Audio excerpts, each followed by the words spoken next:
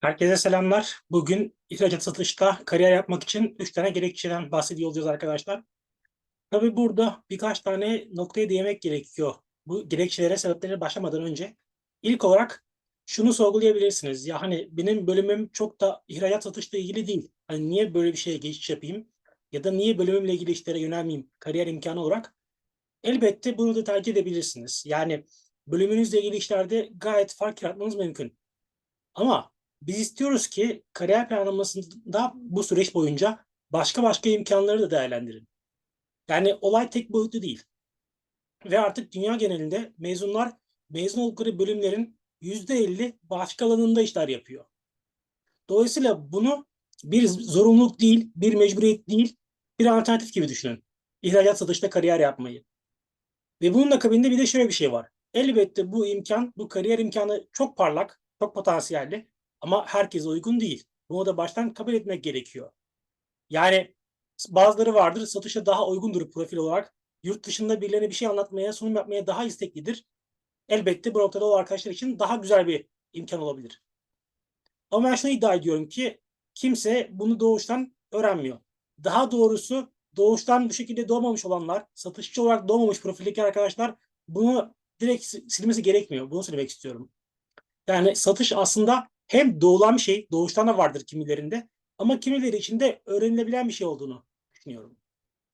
Peki niye ille de ihracat satış, niye ille de yurt dışı satış? Yani yurt dışı satış da aynı imkanları sağlamıyor mu? Belli açılardan yine getirileri olabilir. Hem maddi anlamda hem tatmin getir manevi anlamında. Ama bence yurt dışı odaklanmak, ihracat tarafında fark yaratmaya çalışmak size getirisi çok daha fazla olacaktır. Çok daha eksponansiyel bir getiri sağlayacaktır.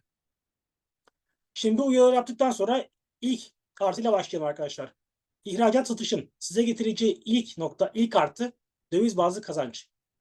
Şu anda Türkiye'de herhangi bir işte çalıştığınızda bu bölümünüzle ilgili olabilir ya da diğer bölümlerle ilgili olabilir. Elde edeceğiniz para hep TL üzerinden olacak ve bu uzun vadede biraz açıkçası kariyer planlamasını frenleyebilir.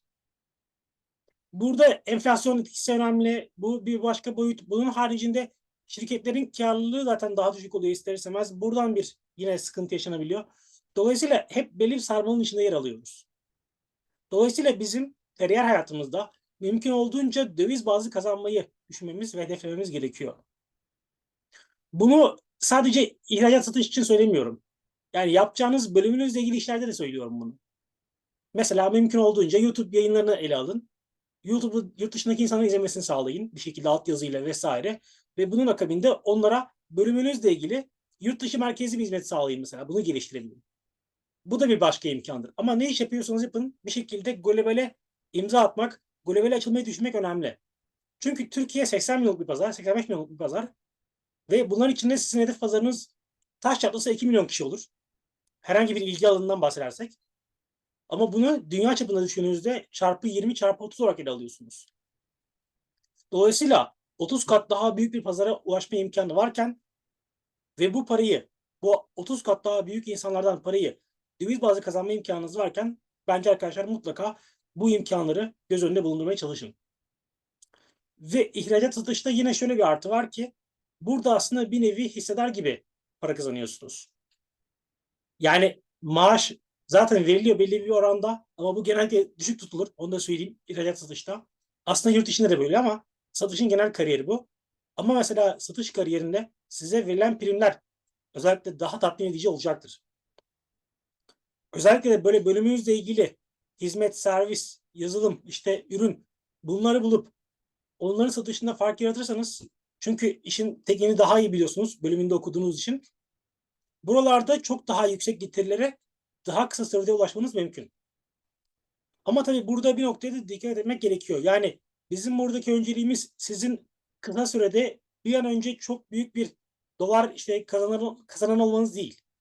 Amacımız sürdürülebilir olarak uzun vadede iyi bir kazanç yapısı, iyi bir kazanç modeli elde etmek. Çünkü şu anda arkadaşlar ne iş yapıyorsanız yapın bir şekilde yorulacaksınız ve emek sarf edeceksiniz. Yani günde 9 saat 10 saat mesaiden bahsediyoruz. Dolayısıyla yapacağımız işlerin karşılığını almamız gerekiyor. Bunu stabil işte maaş merkezli, maaş bazlı ve belli mesai saatleri, belli görevler edinilen işlerde elde etmeniz çok kolay değil. Biraz risk almak gerekiyor. Satışın riski şu. Maaşı düşük mesela. Bugün diğer birimlere bakın. Pazarlamaya, işte belki biraz daha İK'ya, üretime. Hangi bölümlere bakarsanız bakın ya da işte diğer servis hizmetlerine, hepsinde maaş eksenine bakarsak satışın parası düşüktür. Saf maaş olarak. Bu bir risktir mesela. Diyebilirsin ki ben uğraşmak istemiyorum primlerle vesaire, ben sadece maaş alacağım. Ama satışta elde edilen imkanlar uzun vadede seni çok başka yerlere getirebilir. Ve döviz bazlı kazancın haricinde bir de şu imkan var. Bizim hep savunduğumuz bir ilke bu. Biz diyoruz ki bir kere yaptığın bir şeyden sürekli pazar kazanmaya çalış. Nedir bu? Mesela bir video yap ve ömür boyu bunun reklamlarından para kazan. Ya da bir yazılım kodu yaz, işte ömür boyu bu kod üzerinden para kazan. Satışta da bu var. Sen bağladığın biraz var. Yani %100 değil de bir kere bağladığın müşteriyi hayat boyu sana sipariş verdirdikçe sen o şirkette kaldığın sürece prim kazanmaya devam ediyorsun. Şöyle düşün, işte Hollanda'daki X bir firmaya mal gönderdin. İşte ayda bir konteyner, iki konteyner ya da bir tır, iki tır. O müşteri her ay senden aldıkça ya da yılda iki kere aldıkça, yılda üç kere aldıkça sen her seferinde kendi primini almaya devam ediyorsun. Bu çok değerli bir imkan. Çünkü o şirketi idare etmek için ya da en azından o şirketi yeniden kazanmak için bir şey yapmıyorsun aslında. İşte ara sıra ufak hediyeler gönderirsin. Ara sıra ufak mesajlar, diyaloglar vesaire kurarsın.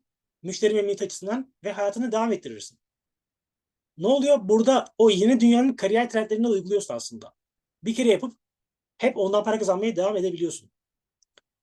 İhracat satıştaki bir diğer kritik nokta arkadaşlar, düzenli olarak yurt dışına gitme imkanı. Bu da yine bence çok kritik ve gerçekten olmazsa olmaz imkanlardan bir tanesi. Şu anda Türkiye'de kaldığın sürece gelişme fırsatı da daha az, network'ün de daha az ve diğer boyutları da aynı şekilde belli bir skalada kalıyorsun. Bu sadece Türkiye ile ilgili değil. Yani herhangi bir ülkede sadece o ülkeye bazlı, o ülkede kalan işler yaptığın sürece gelişme imkanın, farklılaşma imkanın daha az oluyor. Bunun yerine sürekli olarak dünyanın bambaşka yerlerine gidebilme, oralardaki insanlarla, müşterilerle yeni diyaloglar kurabilme imkanı bence çok kıymetli. Bu pazar araştırması imkanıyla olabilir.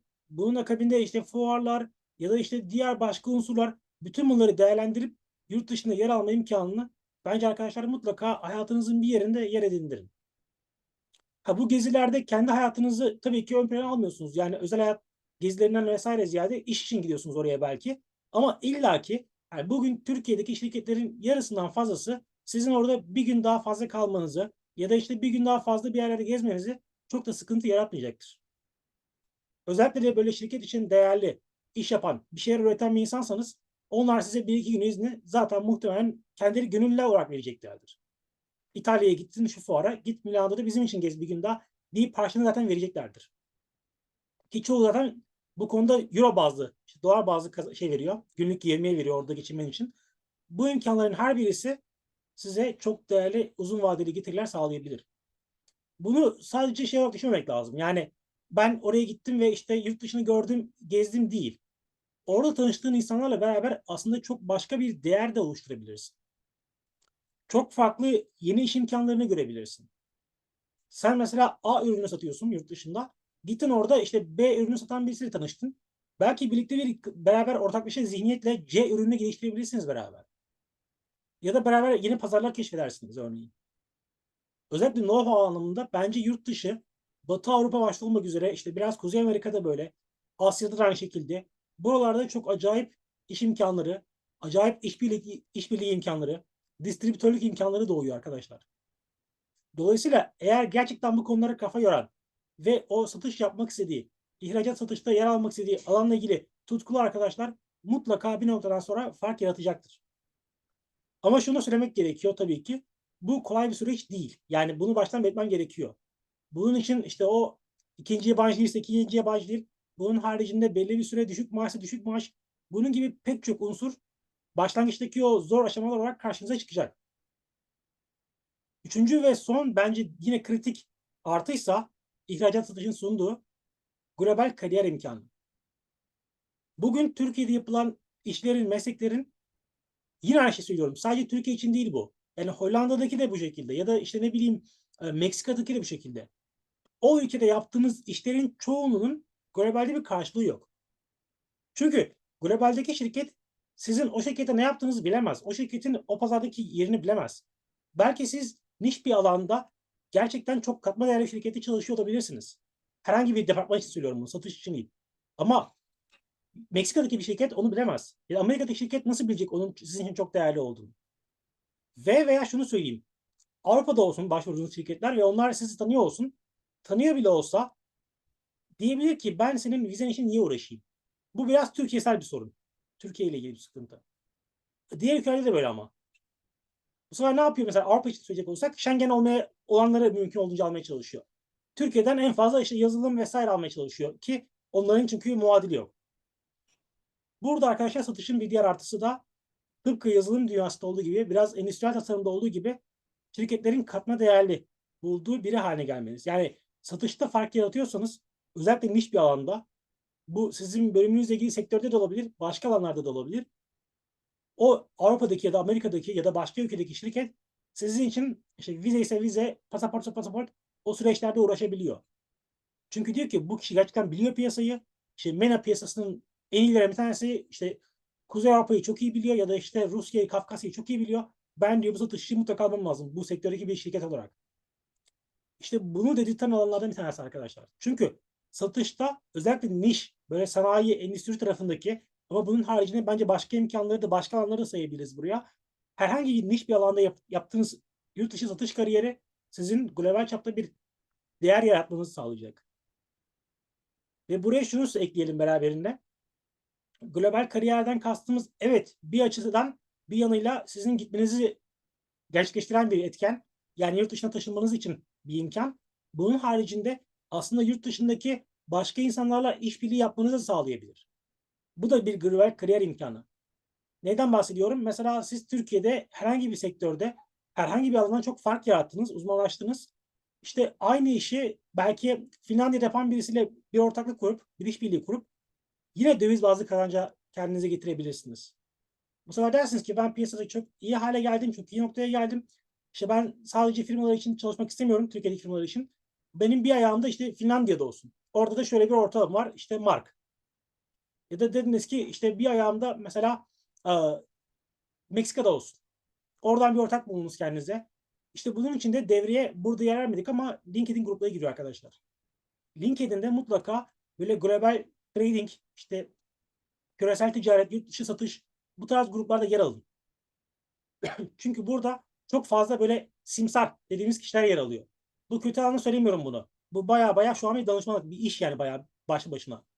Tıpkı futboldaki komisyonculuk gibi, işte menajerlik gibi ya da daha doğrusu. Burada da pek çok menajer var. Mesela bir üretici, Asya'daki bir üretici birine görev veriyor. Diyor ki git işte benim için MENA'yı dolaş. Bağımsız ama o şirkete bağlı değil mesela. Ve MENA bölgesinde işte Dubai, Abu Dhabi'de işte vesaire Cidde'de şurada burada elde ettiği bütün müşteriler üzerinden bir para kazanıyor. Ve bu danışman modeli, danışman komisyon her ne diyorsak buna giderek daha da ihtiyaç duyuluyor. Ve Türkiye'nin bence artısı şu bu noktada arkadaşlar. Türkiye'deki ürünler hakikaten dünyanın pek çok üreticisine göre çok kaliteli aslında. Bakmayın bence hakikaten çok ucuza veriyoruz. Pek çok sanayi üründe. Bunu direkt görmüş, geçmiş bilgi olarak söylüyorum sizlere. Yani aslında Türkiye'deki ürünlerin kalitesi pek çok anlamda, pek çok endüstri ürününde Avrupa ile mukayese edilecek seviyede. Ama işte orada bir marka değeri olmadığı için, bir danışman kültürü çok fazla yaygınlaşmadığı için dünya genelinde maalesef aslında Asya ülkelerinin ürünleriyle çoğu zaman aynı yerde kefe koyuyoruz. Ha tabii ki Asya'da da çok kaliteli üst seviye ürünler vardır ayrı konu. Ama onların orta alt ürünleriyle aynı seviyede kıyaslanıyoruz. Sıkıntı burada aslında. Ve sizler aslında buradaki bu eksiği görüp bu eksiğe yoğunlaşarak kesinlikle çok farklı kariyer unsurlarını, çok farklı kariyer imkanlarını beraberine getirebilirsiniz arkadaşlar. Benim anlatacaklarım genel olarak bu şekilde. Bence ihracat satışı kesinlikle pek çok potansiyel barındırıyor, pek çok kariyer imkanı barındırıyor. Ama tabii ki herkes için uygundur diyemem. Bu biraz tartışmalı olur. Sizin yapınız uymayabilir, sizin kariyerinize, beklentinize uymayabilir. Elbette buna saygı duymak lazım. Ama bence arkadaşlar bu gibi kariyer imkanlarını mutlaka düşünün. Yani bunlar üzerine biraz istişare yapın. Mümkünse bu konularda işte gidin bir şirketlerde staj yapın mesela. 3 ay, 4 ay. Bir ambiyansı görün mesela. Sistemi görün, mekanizmayı görün. Belki orada ihracat satış direkt ilginizi çekmeyecek ama o yapıdaki başka unsurlara dikkat edeceksiniz. Belki satış değil de operasyonda başka şeyler göreceksiniz kendinize ait. Bütün bunları görmek için özellikle üniversite döneminde ve yeni mezun olduktan sonra o 1-2 yıllık sürede mutlaka bunları değerlendirin arkadaşlar. Bu gibi başka değerlendirmenize verdiğimiz yeni imkanları da paylaşıyor olacağız. Önümüzdeki videolarda görüşmek üzere diyelim. Aynı şekilde son olarak şunu da söylemiş olalım. Bununla ilgili merak ettiğiniz kısımlar varsa belki es geçtiğimiz vesaire illaki onları da yorumlara yazın. Yanıtlamak isteriz. Bu konuda düşüncelerinizi paylaşmak isteriz. Eğer bu videodan beslendiğinizi düşünüyorsanız, bu video size bir şeyler kattıysa videoyu beğenip kanalımıza abone olarak ve destek olabilirsiniz. Önümüzdeki videoda görüşmek üzere arkadaşlar. Şimdilik hoşçakalın.